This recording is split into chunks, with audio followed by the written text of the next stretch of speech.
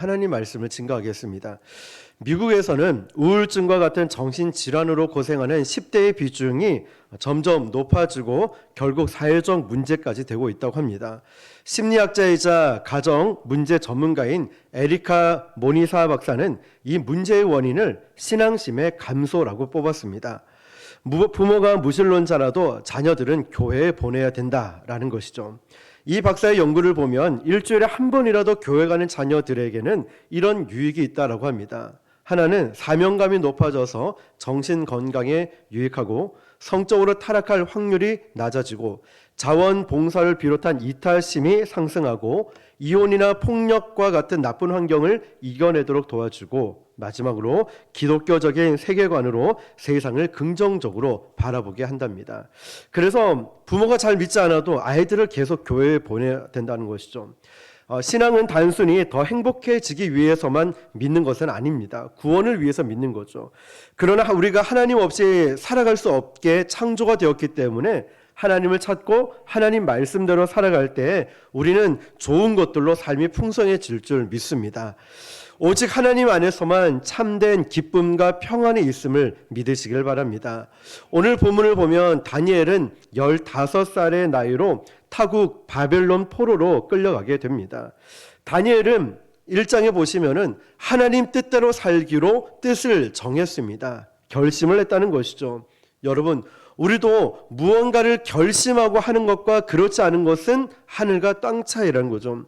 요즘 다이어트 고민 없는 사람은 없을 거예요.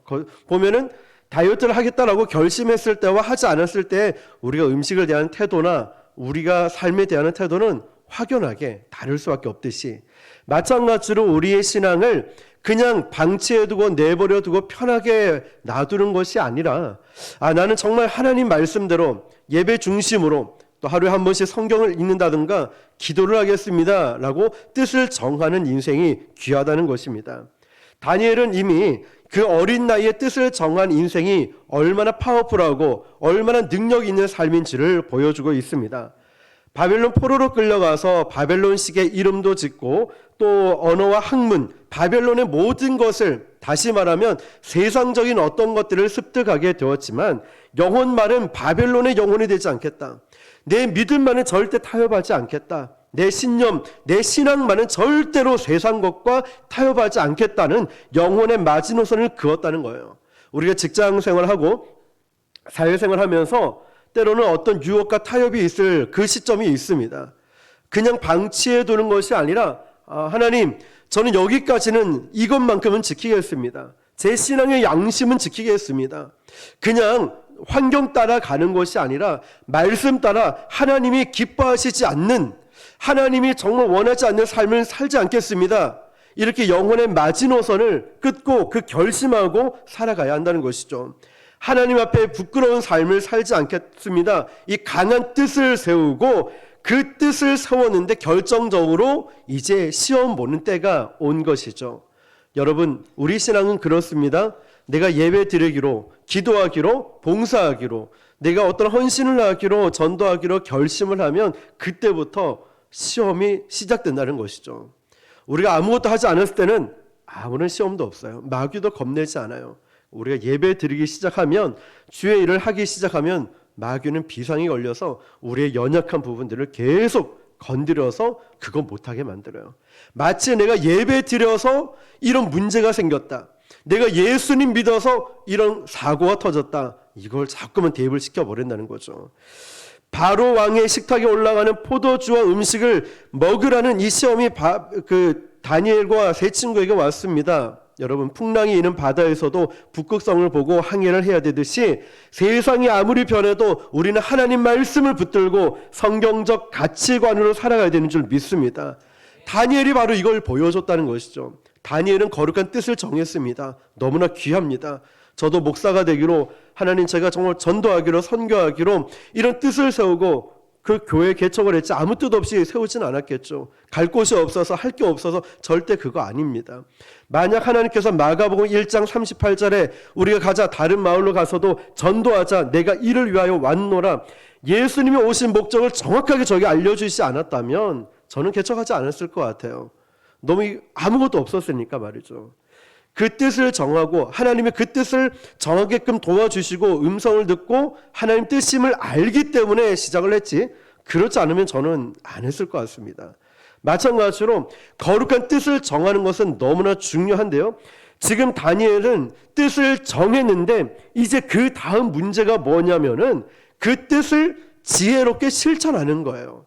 아무리 좋은 뜻이 있어도 이거 실천하지 않으면 의미가 없는 거죠. 예전에 제가 20대 초반에 부산역 광장에서 매주 토요일마다 음향기기 악기를 다 싣고 와서 토요일마다 7년 가까이 전도를 했습니다. 그런데 그 전도를 하다가 어떤 분이 우리가 전도하는 것을 보고서 뭐 실력도 좀 부족할 수 있고 환경도 이렇게 썩 좋지 않을 수도 있겠죠. 자기가 보기에는, 안수 집사님 보시기에는 야, 우리가 해도 저거보다 잘하겠다 해서 팀을 모아서 우리 전도 나가자라고 한 거예요. 그런데 어떻게 저에게 연락이 돼서 교회 초대해서 가보니까 정말 열심히 전도하는 거예요. 집사님 언제 부산역에 나오실까요? 우리 시간이 겹치면 안 되니까요. 물어보니까 우리는 대충 해서 나가지 않습니다. 완벽하게 확실하게 해서 나갈 거예요. 한 3개월 뒤쯤에 또 갈 일이 있어서 갔는데 아직 준비가 덜 됐대요. 한 6개월, 1년 지나서 가도 아직 준비가 안 되다가 연습만 하다가 뜻만 세우다가 거기서 싸움이 나고 분쟁이 나서 이게 흩어져 버렸어요. 한 번도 부산역에서 보지를 못했다는 거예요. 여러분, 뜻을 세우는 것도 중요합니다. 근데 지혜와 전략이 없으면 그건 아무 의미가 없다는 거예요. 그렇죠, 여러분. 내가 주님을 위해 헌신하고 예배하고 봉사하기로 뜻은 누구나 세울 수 있어요. 그런데 문제는 이걸 실천을 하지 않으면 아무 의미가 없다는 것이죠. 믿음, 순수한 열정이 있는데 그것을 실행할 수 있는 지혜와 겸손이 부족해서 그 좋은 뜻을 세상에 한번 펼쳐보지 못하고 사그러든다는 것이죠. 그런 점에서 우리는 다니엘에게서 배울 점이 참 많습니다. 8절에 보니까 다니엘은 환관장에게 자신의 신앙심 때문에 이 음식을 먹을 수 없다라고 솔직하게 이야기합니다. 그것도 아주 겸손하게. 여러분, 만약에 다니엘이 내가 믿음이 있고 하나님이 나와 함께 하십니다 이러면서 환관장 나와봐, 네가 뭔데 나한테 이래라 저래라 해, 하나님이 나를 지켜주셔, 막 뭐라 하고 큰 소리 쳤으면 다니엘은 그 자리에서 어떻게 됐을까요? 흔적도 없이 사라졌겠죠. 왜냐? 수많은 이런 포로들 가운데 저 포로 한 사람 죽이는 건 일도 아니었거든요. 근데 여러분, 다니엘은 하나님의 함께 하심을 믿고 함부로 거칠게 무례하게 얘기하는 것이 아니라 똑같은 말이라도 겸손하게 하는 거예요. 그래서 무엇을 말하느냐 이상으로 중요한 것은 어떻게 말하느냐인 거예요. 어떻게 말하느냐. 똑같은 음식이지만 이걸 부드럽게 해서 먹이느냐, 딱딱한 음식을 그대로 주느냐. 본질 똑같아요. 음식. 어떻게 먹이느냐. 우리가 열왕기상 성경 공부를 하고 있는데 제가 정말 오랫동안 고민을 했어요. 왜냐하면 이스라엘 역사도 알아야 되고 바벨론도 뭐 정치 이런 걸 알아야 되는데 이걸 어떻게, 그냥 공부하는 건 쉬워요. 이걸 어떻게 먹일 수 있을까? 이게 고민인 거예요. 그래서 PPT도 띄우고 막 자료도 찾고 그 책을 쓰고 이 방법을 찾아 나가는 거예요. 어떻게 하면 이 말씀을 쉽게 재미있게 또 잊어버리지 않게 잘 먹일 수 있을까? 이 고민이 한참을 잠을 못 자고 고민을 했다는 거죠. 무엇을 말하느냐? 옳은 복음이에요. 이거보다 중요한 게 이 옳은 복음을 어떻게 말하느냐가 중요한 거죠. 얼마나 많은 크리스천들이 이 옳은 말인데 너무나 오만하게, 너무나 겸손하지 않게, 지혜롭지 않게 해서 낭패를 보는지 몰라요. 말을 들어보면 틀린 게 아닌데 말이죠. 환관장의 부하였던 감독도 이런 제안을 받아들입니다. 그래서 다니엘을 도와주고 싶다, 호의적인 분위기 속에서 절묘한 실험이 시작됩니다. 며칠간이죠? 10일 동안이에요. 여러분, 이처럼 모든 비전을 이루기까지는 반드시 믿음의 시험 기간이 있다는 걸 잊지 마십시오. 내가 하나님의 일을 할 때는 바로 할 수 있는 것이 아니라 그 믿음의 시험 기간이 필요하다는 거예요. 그래서 시험을 너무 부정적으로 보면 안 됩니다. 공부 잘하는 학생은 시험을 기다립니다. 언제 시험 치는지. 왜냐? 자기 실력을 보여줘야 되니까. 운동 잘하는 선수도 경기 날만 손꼽아 기다립니다. 자기 실력을 보여줘야 되니까. 믿음의 사람도 시험을 두려워하지 않습니다. 이 시험을 통해서 세상에 믿음의 영적 영향력을 끼치게 되기 때문이죠. 두려워하지 마십시오. 그 시험을 통해서 오히려 저와 여러분이 하나님의 영광을 드러내게 될 줄 믿습니다. 코로나의 어려움이 있지만 우리는 변함없이 방역 수칙을 지키고 예배도 나누면서 지혜롭게 이런 부분들을 변함없이 하고 있지 않습니까? 그러니까 이제는 주변 사람들, 전도 대상자, 불신자들도 포함해서 인정을 하지 않습니까? 정말 깜짝 놀란 건 지났으니까 생일 때 그 시장에 있는 상인들, 그리고 그 페이스북 친구들, 이런 분들이 선물을 보내왔다는 거예요. 제가 거기에 너무 감동이 된 거예요. 야, 어떻게 이럴 수 있을까? 너무 감사해요. 아니요, 목사님, 저희가 항상 감사해요. 항상 감사한 마음을 제가 갖고 있어요. 페이스북 통해서 우리 전도하고 우리 교회 활동 사진을 올리면서, 야, 어떻게 코로나로 이 어려운 시기에 이렇게 기도하고 이렇게 말씀을 가르치려고 애를 쓰고 있는 교회가 있냐, 이러면서 헌금을 보내오는 거예요. 다른 거 없어요. 그냥 어려운 이 위기 가운데 변함없이 예배, 변함없이 기도, 변함없이 전도하고 있는 그 믿음, 그 상황 자체가 오히려 하나님의 영광을 드러내는 계기가 되었다는 거죠. 위기가 힘들지만 그걸 돌파하고 나면 엄청난 하나님의 축복의 길이 열린다는 거예요. 그래서 지금 힘듭니까? 어렵습니까? 포기하지 마십시오. 신앙의 위기는 누구나 옵니다. 건강, 고난, 물질, 인간관계 위기 누구나 다 있습니다. 힘들지만 이걸 돌파하고 나면 거기 하나님의 축복이 있다는 거예요. 그런데 반대로 만약에 작은 시험 같지만 여기에 타협해 버렸다면 다니엘은 바벨론 왕국의 포로 중에 한 사람으로 전락해 버렸을 거예요. 우리도 마찬가지예요. 세상과 작은 거지만 타협해 버리면 그냥 세상 사람들 중에 한 사람, 작은 거지만 믿음을 지켰을 때 그 가운데 빛을 발하는 하나님의 백성으로 서게 된다는 것입니다. 17절 보니까 하나님이 이 네 소년에게 학문을 주시고 모든 서적을 깨닫게 하시고 지혜를 주셨으니 다니엘은 또 모든 환상과 꿈을 깨달아 알더라. 아멘. 바벨론은 그 당시에 최강대국이었죠. 그래서 속국이었던 뛰어난 인재들이 와서 공부하는 곳이 바벨론 이 왕실이었습니다. 전 세계 뛰어난 인재들이 모아져 있어요. 요즘 말로 하면 하버드대, 옥스퍼드대 이런 곳이죠. 그 무한 경쟁을 통해서 이제 왕 앞에 올라가는 겁니다. 다니엘이 딱 와서 보니까 기가 찬 거예요. 와서 보니까 난다 긴다 하는 수많은 인재들이 수백 명, 수천 명이 모여 있으니까 말이죠. 그뿐이겠습니까? 바벨론 자체에 있는 그 자라는 왕실과 또 귀족 가문들의 자제들이 얼마나 많이 있겠습니까? 근데 돈도 빽도 가진 것 아무것도 없는 다니엘과 세 친구들은 정말 서러운 신세, 환경만 보면 우리는 아무것도 없는 포로 신세니까. 그런데 이 말씀 17절을 보면은 이들의 가정 교사가 누가 됐을까요? 하나님이셨다는 거예요. 그런데 하나님께서 이 가르치셨는데 17절 말씀 보면 다니엘과 이 세 친구들이 학문을 연구했다, 아니면 서적을 읽었다, 이런 거 아니에요. 뭐라고 되어 있습니까? 하나님이 주셨다라고 했어요.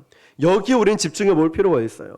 내 소년에게 학문을 주시고 서적을 깨닫게 하시고 지혜를 주셨으니, 그러니까 이들이 노력한 게 아니라 하나님께 붙들려 있으니까 하나님께서 학문도 주시고 모든 서적을 깨닫게 하시고 지혜를 주셨다라는 거예요. 이게 중요한 거예요. 아무리 우리가 노력을 해봤자 그 노력하는 건 그냥 여기서 이만큼, 쟤보다 내가 더 빨라, 이 정도예요.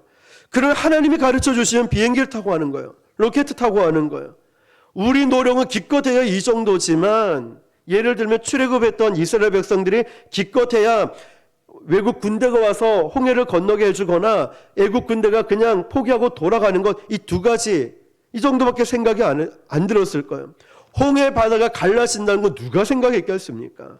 하나님이 하시는 방법은 초자연적인 방법으로, 그냥 대단하다 정도가 아니라 위대하고 놀라운 방법으로 역사하신다는 겁니다. 그래서 하나님, 우리 자녀도 하나님의 말씀으로 키워야 된다는 거예요. 하나님의 말씀의 사람으로 키워야 되는 거예요. 하나님이 주시는 그 지혜의 축복이 얼마나 위대한지 아셔야 되는 거예요. 바벨론의 정치, 경제, 예술, 문화, 과학 등 다양한 분야 엄청난 기술과 학문을 자랑했고 전 세계 인재들이 모여있는 곳이었어요. 다니엘과 세 친구들이 뛰어나다 한들 평균은 갈지 모르겠다, 아니면 뭐 조금 더 잘할지 몰라, 이 정도 한계가 있었을 겁니다. 그런데 여러분, 이 공식을 잘 보십시오. 다니엘과 세 친구들은 하나님께 딱 붙어 있어요. 하나님께 말씀, 하나님 뜻 가운데 마음을 딱 결정하고 뜻을 정하고 있습니다. 그러고 나니까 혹독한 시험이 왔습니다. 믿음의 시험이죠. 그걸 다니엘이 잘 통과하고 나니까 그때부터 하나님의 축복을 열어주시는데, 지혜의 축복을 주시고 서적을 깨닫게 해주시고 학문을 깨닫게 해주시는 축복을 그들은 받는 복을 누리게 됐다는 것입니다. 그러므로 내 인생의 주인은 내가 아닙니다. 여러분, 내가 뭘 하려고, 저도 착각을 해요. 제가 막 사람을 변화시키려고 해요. 제가 막 교회를 부흥시킨다고 생각을 하고 착각을 해요. 내가 뭘 한다라고 착각할 때 참 많아요. 참 오늘 1부 예배 드리고 2부 준비하면서 계속 말씀을 곱씹고 되새기면서 보니까 딱 제가 보이는 거예요. 아, 나도 내가 하려고 하니까 그렇구나. 뭔가 내가 힘을 자꾸 주고 내 이름을 자꾸 나타내고 뭔가 좀 자랑하려는 마음이, 교만한 마음이 다른 사람이 아니라 나에게 있었구나. 여러분, 그러니까 참 부끄럽기도 하고 몸에 힘이 빠지더라고요. 내가 이렇게 연약한 자구나. 이미 뭐 알고 있었지만 더 그게 막 느껴지는 거예요. 내 인생의 주인은 내가 아니에요. 우리 교회 주인도 이 목사가 아닙니다. 여러분, 이 모든 것을 하나님의 주권을 인정하면서 내 모든 인생, 우리 교회도 하나님이 주인이심을 잊지 마시길 바랍니다. 그래야 다니엘처럼 탁월한 인생으로 우리가 살아갈 수 있어요. 건강 걱정한다고 변화됩니까? 물질 걱정한다고 됩니까? 아니에요. 사람을 변화시킬 수 있는 게 아닙니다. 그러나 기도하는 자는 그 환경을 변화시켜요. 기도한 자는 하나님께서 역사하시는 거예요. 고민, 걱정, 근심한다고 바뀌는 것이 아니라 하나님께 기도해야 역사가 일어나는 겁니다. 걱정하는 그 시간에, 두려워하는 그 시간에 기도해야 된다는 거죠.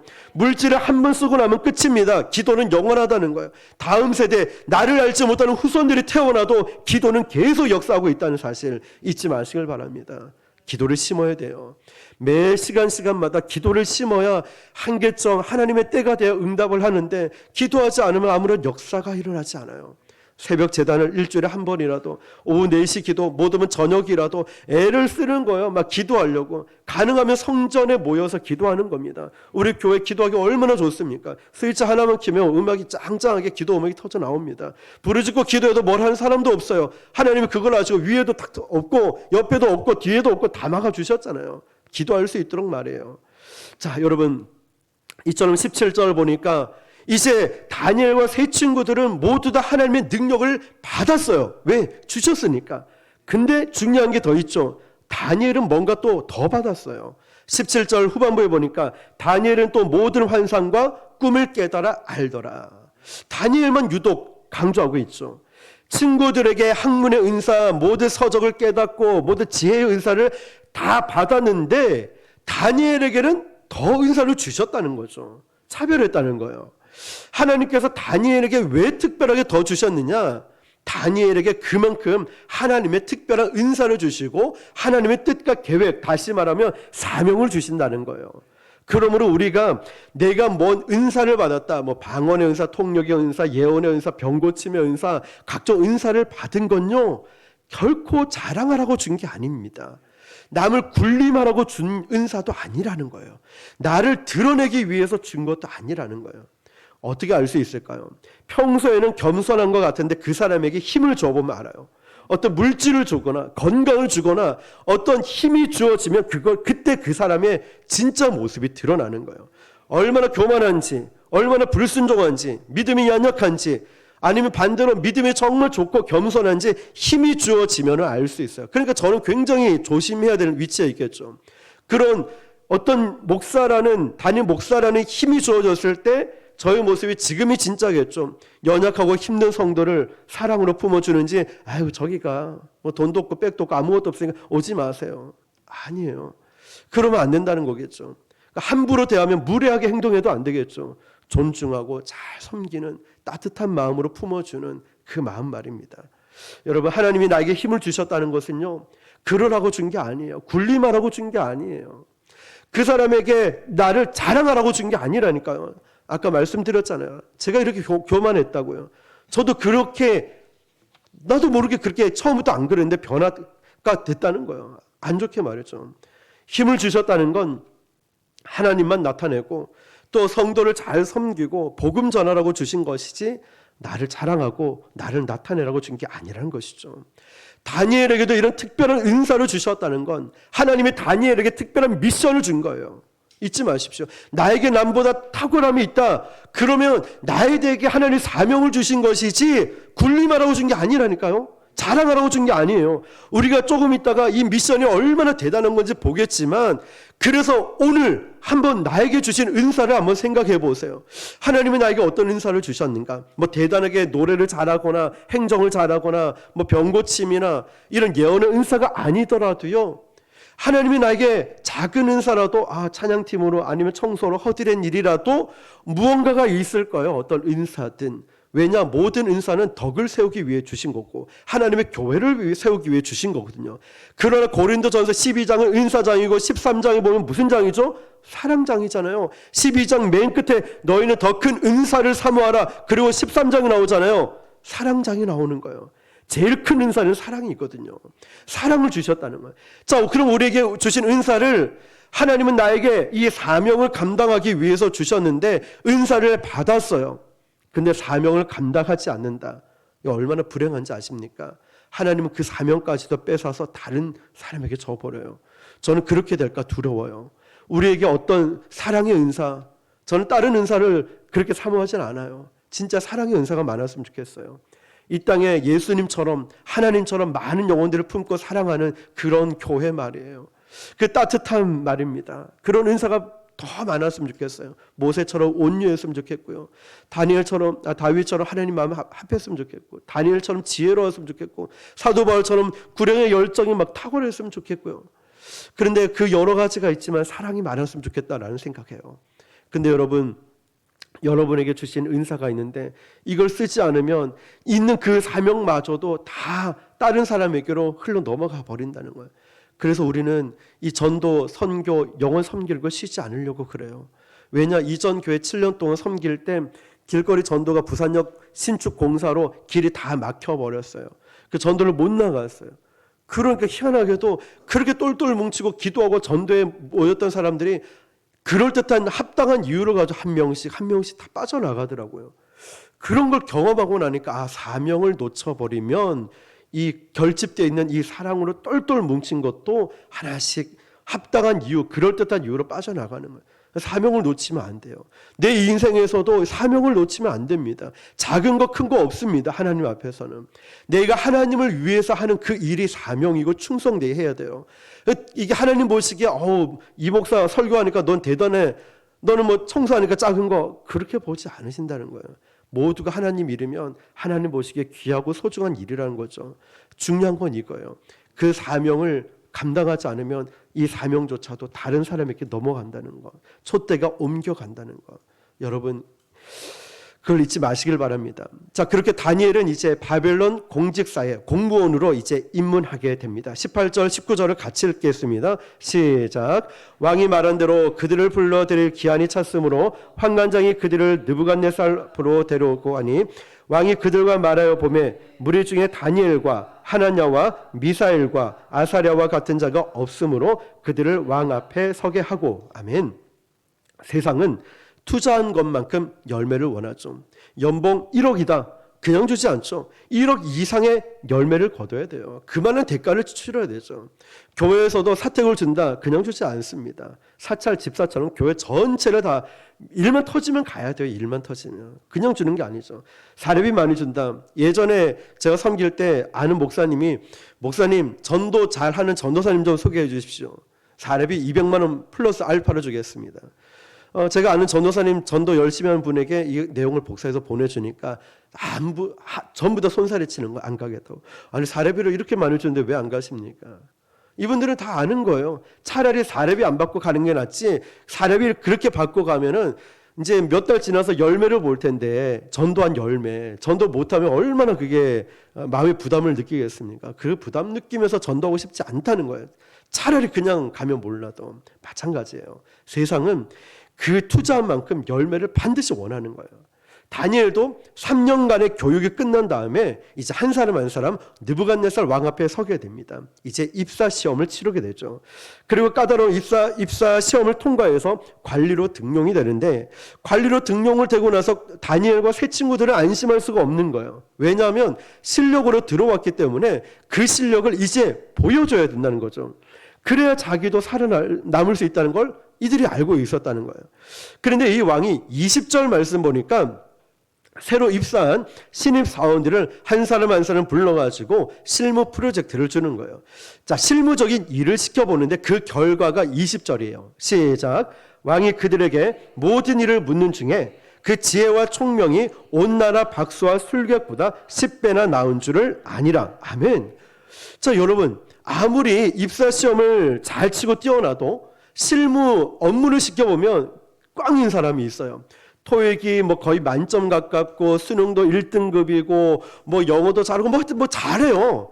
근데 일을 시켜보니까 이 컴퓨터를 할 줄 몰라. 뭘 시켜보니까 이 머리가 빨리빨리 회전이 안 돼가지고 눈치 없이 뭐 가만히 앉아 있어요. 이러다 보니까 실무에서는 제로. 아, 이 사람은 진짜 아닌 사람이 있고, 근데 시험은 별로지만 실무적인 일, 대인관계, 뭐 영업부터 할 거 없이 두루두루 너무너무 잘하는 사람이 있지 않습니까? 근데 이 다니엘은 입사 시험을 잘 쳤을 뿐만 아니라 오히려 실무 능력이 더 탁월하고 뛰어났다는 것이죠. 여기서 박수와 술객이 나오는데 일종의 무당이나 마술사라고 생각하기 쉽지만 이 당시에는 천체를 관측하는 사람, 또 인생의 기륭 화복을 점치는 미래학자로 사용됐습니다. 천문학뿐만 아니라 인문학, 경제학 같은 여러 다방면에 걸출한 사람이 바로 이 나온 박수와 술객 같은 사람들이었어요. 미래학자. 그런데 왕이 다니엘과 세 친구들에게 실제 업무를 맡겨보니까 야, 단순히 이 동기들 중에서 좀 잘하네 이 정도가 아니라 그 수백 수천 명 중에서 현존하고 있는 브레인 똑똑한 사람들보다 몇 배나 뛰어나다고요? 10배, 10배나 뛰어나다는 거예요. 그런데 이 10배는 문예적 표현인데요. 그냥 굉장히 뛰어나다는 이제 표현으로 쓰고 있다는 거예요. 말로 표현할 수 없을 정도로. 영국 프리미어 리그에 보면은 아주 날고 기는 그 굉장히 뛰어난 선수들이 있지 않습니까? 호날두나 메시 같은. 그런데 이제 막 신인 선수가 들어와서 경기를 뛰는데 호날두와 메시보다 더 잘 뛰는 거예요. 그것도 더 잘 뛰는 게 아니라 아예 비교가 안 될 정도로 잘 뛰는 것. 그리고 느부갓네살 왕이 믿을 수가 없는 거예요. 아니, 이제 막 들어온 신입사원이 어떻게 이렇게 잘하지? 직감적으로 야, 얘는 탁월해. 이건 뭐 경쟁자가 없어 라고 한 거죠. 그러니까 왕의 측근들도 텃세가 심할 텐데 다니엘과 세 친구들은 다 받아주는 거예요. 이런 유능한 인재를 버릴 수가 없다는 것이죠. 바벨론 안에 들어가면 갈수록, 탑에 올라가면 갈수록 텃세가 얼마나 심합니까? 직장에도 텃세가 심하죠. 제가 컴퓨터를 전공했기 때문에 선배나 동기들이 취업했을 때 물어보니까 너무 힘들대. 뭐가 힘들다 물어보니까 안 가르쳐 준대요. 뭘 안 가르쳐 줘요. 어떻게 뭘 해야 되는지. 자기만 뭘 일을 할 때도 딱 자기만 가서 이 문제를 해결하고 온다는 거예요. 자기 밥줄이라고 안 가르쳐 준대요. 몇 년 동안 지켜보고 잘 버티면 그제서야 가르쳐 준다 하더라고요. 언제 또 그만둘지 모르니까. 이게 교회도 그래요. 교육자들이 이제 새로운 교육자 오잖아요. 또 안 그랬으면 좋겠는데 꼭 텃세를 부려요. 안 가르쳐 줘요. 예배 때 언제 올라가야 되는지, 식당이 어디인지, 화장실이 어디고, 출퇴근은 언제인지 안 가르쳐 줘요. 이게 이해가 잘 안 되더라고요. 이제 그런 걸 저는 다 없애버렸지만, 우리 성도들 가운데도 우리는 절대 그런 일 없어야 되는지 믿으시기 바랍니다. 없어야 돼요. 우리 교회 누군가가 오더라도 1년 딱 4계절 겪어보면 그 사람한테 어떤 문제 알잖아요. 저도 부족하고 당신도 부족하고 우리 다 부족해요. 그렇지만 하나님의 사랑으로 하나 되기를 원합니다. 제가 더 섬길게요. 제가 더 사랑할게요. 저 우리 교회는 그런 교회가 되었으면 좋겠습니다. 자, 어쨌든 이런 텃세 가운데 학연, 지연, 혈연 모든 게 이 지금 다니엘과 세 친구들은 굉장히 불리한 상황에 놓여져 있다는 거죠. 그렇다면 차별을 안 당하는 방법은 딱 한 가지밖에 없습니다. 뭘까요? 10배, 10배나 뛰어나 버리는 거예요. 그냥 실력이 엇비슷하면 경쟁을 해서 네 없어도 돼. 너 없어도 돼. 너 없어도 더 잘하는 사람 많아. 그런데 10배, 10배나 뛰어나 버리면 이건 경쟁할 수가 없는 거예요. 그냥 서로 데려가려고 그래요. 자, 여러분, 미국에서 풋볼은 굉장히 미국적인 스포츠이고 굉장히 좋아하는 스포츠입니다. 덩치가 크고 과격한 운동 중에 하나입니다. 그런데 체형이 아시안계 동양인들은 굉장히 또 작지 않습니까? 그런데 이변이 생긴 거예요. 미국의 주니어 국가대표 쿼터백을 한인 소년이 꿰차게 된 거예요. 그래서 이 소년의 이름이 데니 홍이었어요. 처음엔 이렇게 인터뷰하는 거예요. 처음엔 내 피부를 보고 사람들이 경기장에 나가면 우우우 야유를 퍼부었대요. 동양인 저리 가라, 눈이 찢어지고 키도 작고 저리 가라, 막 야유를 퍼부었다는 거예요. 그러니까 그랬는데 한 경기를 데니홍이 딱 뛰고 나니까 이제 인터뷰를 하는데 그 팬이 생기면서 인터뷰 내용이 이거예요. 데니홍, 당신이 미국인이란 게 나는 자랑스럽습니다. 이렇게 얘기하는 거예요. 뿐만 아니라 감독이 인터뷰하면서 물었대요. 기자가 어떻게 동양인을 쿼터백으로 세울 수 있습니까? 그랬더니 이 아이가 데니홍이 오기 전에는 내 아들이 바로 주장이었습니다. 그런데 저 데니홍이 뛰는 한 시간을 보고 나서 제 아들에게 이렇게 얘기했습니다. 얘야, 아들아, 넌 이제부터 후보 선수다. 기량이 너무나 걸출해서 이 아이는, 데니홍은 현존하는 선수, 주니어, 시니어, 하이스쿨 할 것 없이 가장 걸출하고 뛰어난 경쟁자가 없는 상태가 된 거예요. 더 잘하는 정도가 아니라 경쟁자가 없다는 거예요. 그래서 이 데니홍, 이 아이를 선택할 수밖에 없었다고 하는 거예요. 여러분, 하나님이 주시는 탁월함은 이겁니다. 경쟁자가 없는 거예요. 야, 북옥 순복음교회 하니까 막 경쟁자가 없어요. 예배가 너무너무 뜨거운 거예요. 찬양, 기도할 것 없이 전도 빠지는 게 없이 비교 대상이 안 되는 거예요. 여러분이 가는 곳마다 잘하네 이 정도가 아니라 비교할 경쟁자가 없는 거예요. 직장에 가든 학교에 가든 가정에서 무엇을 하든지 간에 경쟁할 상대가 없는 거예요. 하나님이 주신 탁월함이 이거라는 것이죠. 여러분, 이처럼 하나님이 선한 뜻을 품은 다니엘에게, 그 뜻을 위해서 목숨을 건 이 다니엘에게 지혜를 주셨어요. 뿐만 아니라 그 인생을 책임져 주셨다는 거예요. 누군가가 내 인생을 책임져 줘도, 돈 많고 빽 있는 사람이 걱정하지 마, 내가 집 주고 차 주고 먹어주고 다 걱정하지 않게 해줄게, 말만 들어도 좋은데, 그럼에도 불구하고 하나님이 내 인생을 책임져 주신다니 뭐가 걱정되겠습니까? 마지막 21절인데 아주 재밌는 말이 있습니다. 21절 같이요. 시작. 다니엘은 고레스 왕 원년까지 있으니라. 아멘. 지금 다니엘이 있는 때는 바벨론 왕조 시대입니다. 그런데 바벨론 왕조가 망하고 그 왕이 느부갓네살 왕이었죠. 그 다음에 벨사살, 다리오, 이제 고레스까지 가게 되는 거예요. 훗날 고레스 왕 원년까지 갔다는 거죠. 그러면 정확하게 몇 년이 걸렸나 계산을 해보면은 67년이 된 거예요. 67년. 그러니까 바벨론 왕조에서 고레스 왕조 왕년까지, 다시 말하면 바벨론에 다니엘 포로로 끌려온 나이가 몇 살이죠? 15살. 거기서 몇 년 동안 교육을 받았죠? 3년. 그럼 몇 살이에요? 18살. 그러면 고레스 왕조까지 지금 몇 년이 지났다 했죠? 67년. 그럼 다니엘의 나이는 몇 살일까요? 85세가 된 거예요.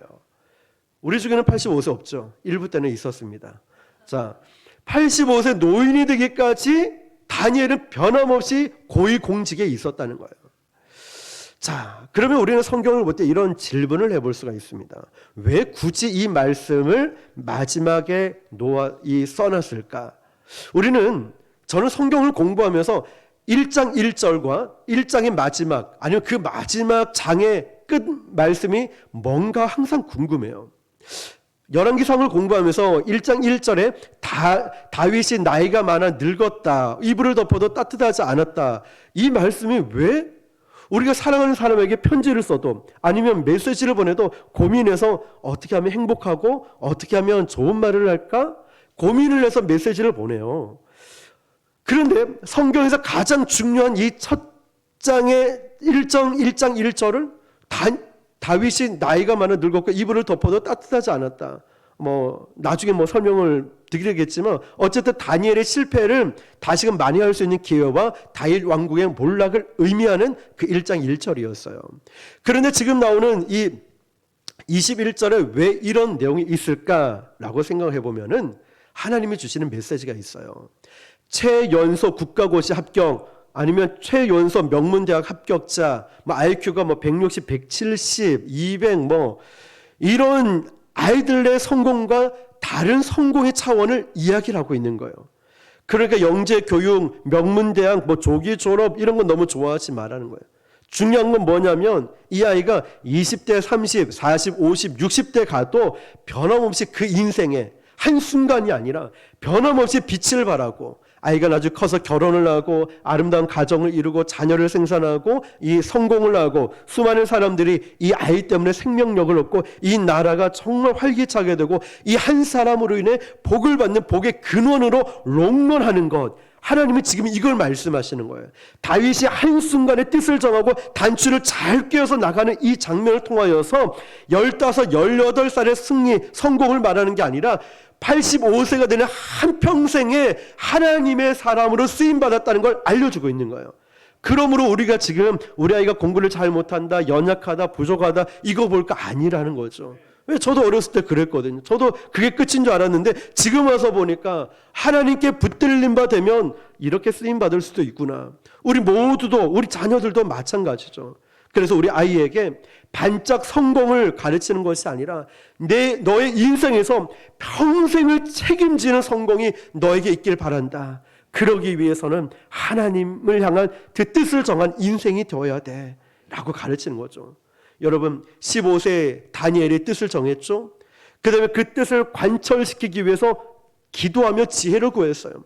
어려운 난관을 믿음으로 돌파했고 하나님이 나머지 15살부터 67년이 지나버린 18살부터 67년이 지나버린 85세까지 이 인생의 모든 것을 하나님이 이끌고 하나님이 책임져 주는 인생이 되었다는 것입니다. 그래서 여러분 오늘 제목처럼 우리 인생에서 첫 단추를 믿음으로 꿰느냐 안 꿰느냐는 너무 나머지 인생을 결정짓는 거예요. 내 인생도요, 우리 단추도 마찬가지겠지만 내 인생에 믿음으로 살아가기를 결단하느냐 그렇지 않느냐는 나머지 내 인생이 결정이 된다는 거예요. 영국에서 배가 한 회사가 3도만, 아주 짧은 3도만 어긋나서 항해를 하게 되면 그 배가 미국으로 가야 되는데 플로리다로 가거나 보스턴으로 가버린답니다. 3도 잘못 꺾은 것 때문에. 여러분 우리 인생도 믿음으로 확실하게 살아가야 되는데 잘못 꺾어버린, 잘못 신앙생활을 해버린 것 때문에 내 나머지 인생이 엉뚱한 데로 가버릴 수 있다는 거예요. 우리 아이들 10대, 20, 30대 하나님을 향한 결심을 하게 해야지. 이 소중한 때에 세상으로 결심하게 되면 우리 아이들이 완전히 어긋나 버린다는 거예요.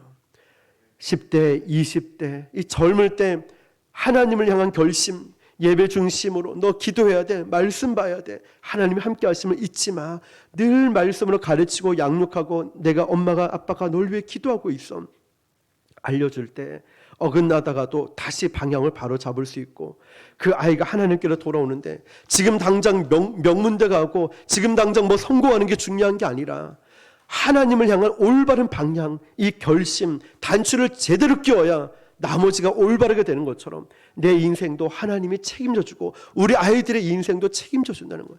그러니까 하나님께로부터 이 결심을 하게끔 만들어야 돼요. 여러분 그러나 이 어린 나이에 다니엘의 단추를 제대로 끼우니까 다니엘은 평생을 하나님이 책임져 주세요.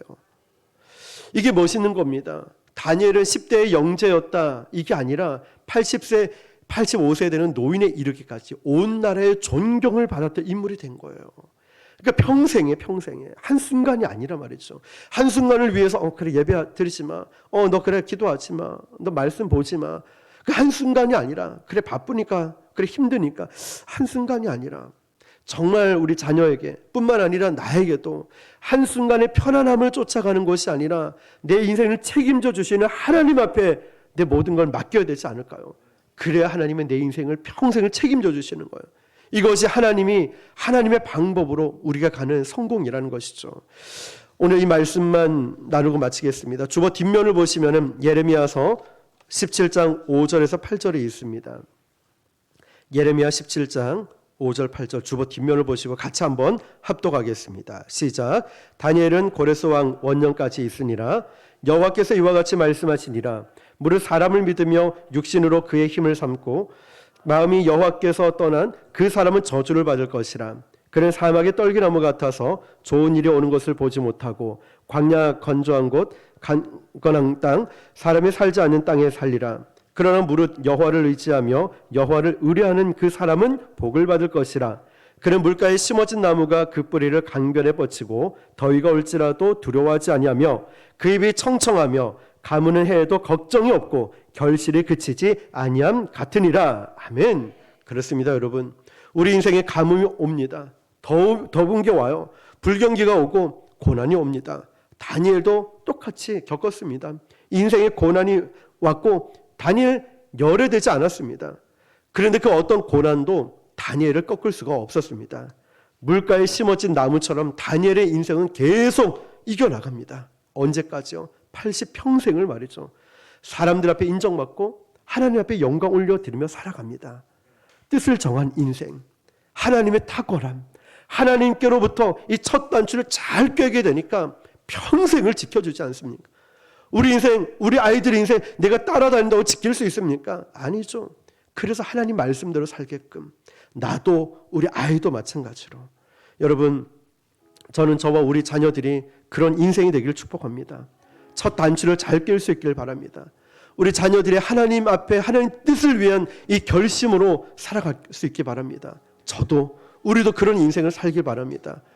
오늘 주신 말씀을 붙들고 우리 기도하길 원합니다. 하나님, 먼저는 내 자신을 위해서 함께 기도